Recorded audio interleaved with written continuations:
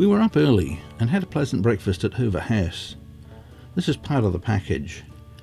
It's just a continental brekkie, but it was certainly sufficient. It was going to be a long day's driving, so we left before any of the staff arrived and put the keys in the lockbox by the gates. It was sad to leave such a beautiful place, but we had a long way to go and only 5 nights left on the trip, so there was nothing for it but to make a start. Chore 1 was to fill the water tanks, which we did at the toilet block in the shacks area of Gwalia. Leonora is only about 2 kilometres from Gwalia, and we had a quick look around town and did some filming.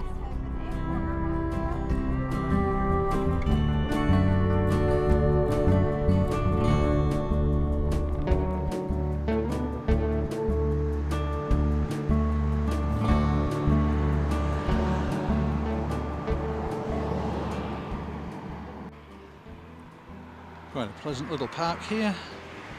Seems every time I want to talk this morning I've got a car coming along behind me, but let's just wander in here and have a look around.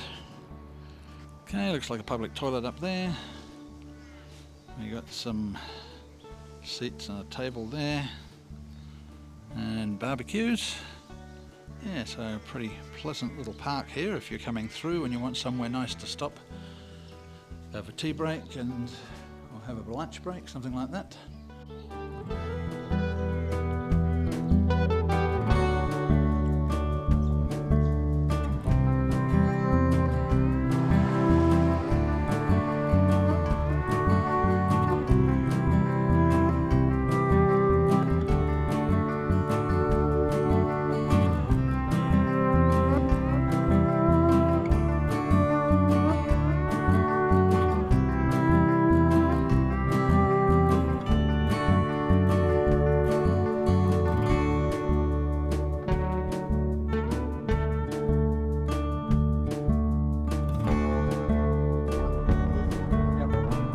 We filled up at $2.35 a litre, which turned out to be the most expensive of the whole trip, and then began the long day's drive.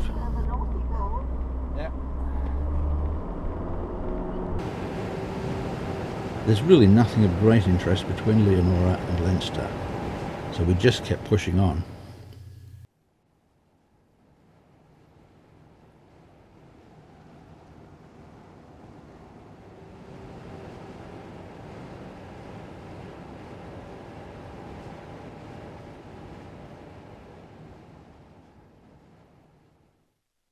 Leinster isn't much more than a big mining camp with donga-style accommodation for the workers. There's really not very much of interest to photograph or film. We had a quick drive around, fueled up, and were on our way again.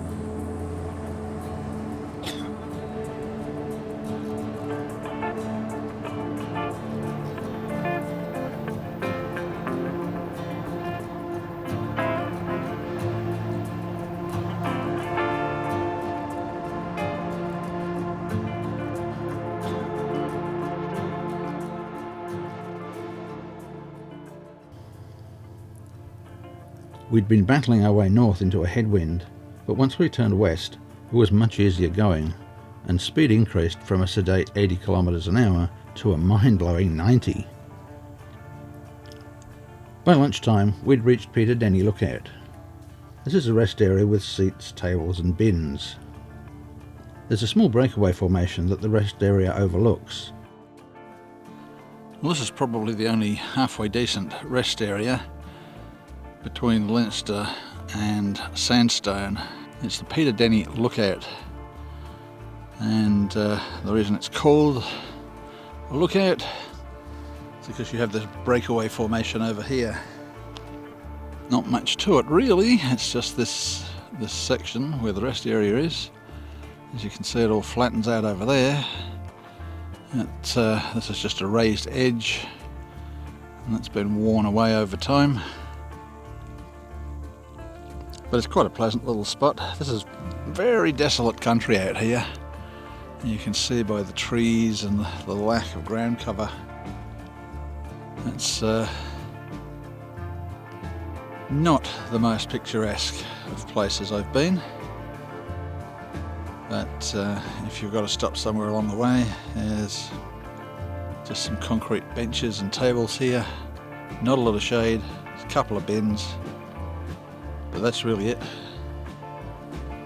It's the most inspiring of all the rest areas in this section of road. At least the breakaway is interesting to look at briefly. But we're about 30 odd k's out of Sandstone here, so just going to turn the key and get motoring, because we've done a long drive today from Weir, and we've still got about a 70 kilometre drive to go from here to our intended stop for the night. We called in at Sandstone and just got some driving around footage, so I'm going to cheat a little bit here and use a few of the photos we took when we were there before.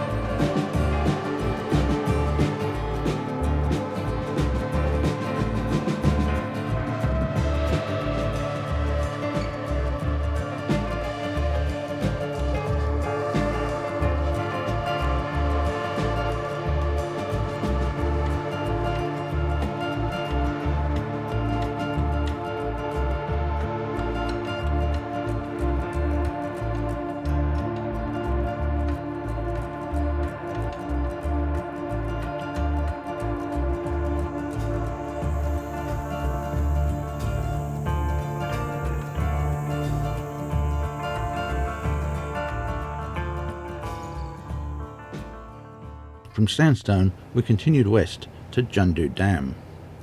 This is marked on Wikicamps, but you wouldn't know it was there ordinarily. There's no signage by the road to tell you it exists.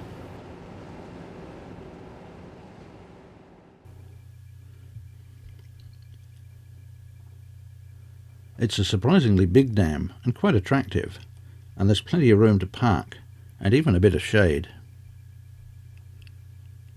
There are rumours that the dam contains a fair few yabbies, but we weren't carrying any nets, so we didn't get a chance to confirm it. As we were sitting in the shade of the coaster, Bill noticed that one of the rear tyres looked flatter than normal, and it didn't take me long to confirm that it was quite flat. The inner tyre had been taking all the weight on one side, so I set about trying to work out what the problem was. I pumped it up again, and there was a telltale hiss coming from the valve, so I replaced that and pumped the tyre up again. This time there was no hissing sound, so I waited a couple of hours to see if there was any change in pressure. Sadly, it started to go soft again, but as it had taken some time, I thought it might be okay just to pump it up in the morning and drive the roughly 120 kilometres into Mount Magnet, with the hope that there was a business there that could repair the tyre. It's not that I can't do the job myself, it's just I hate mucking around under vehicles. I would much rather pay somebody else to do it for me.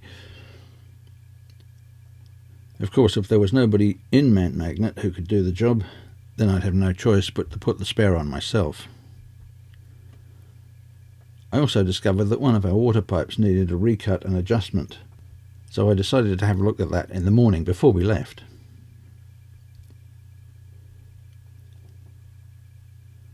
There was only one other camper that pulled into Jundoo Dam, and it was a nice quiet night.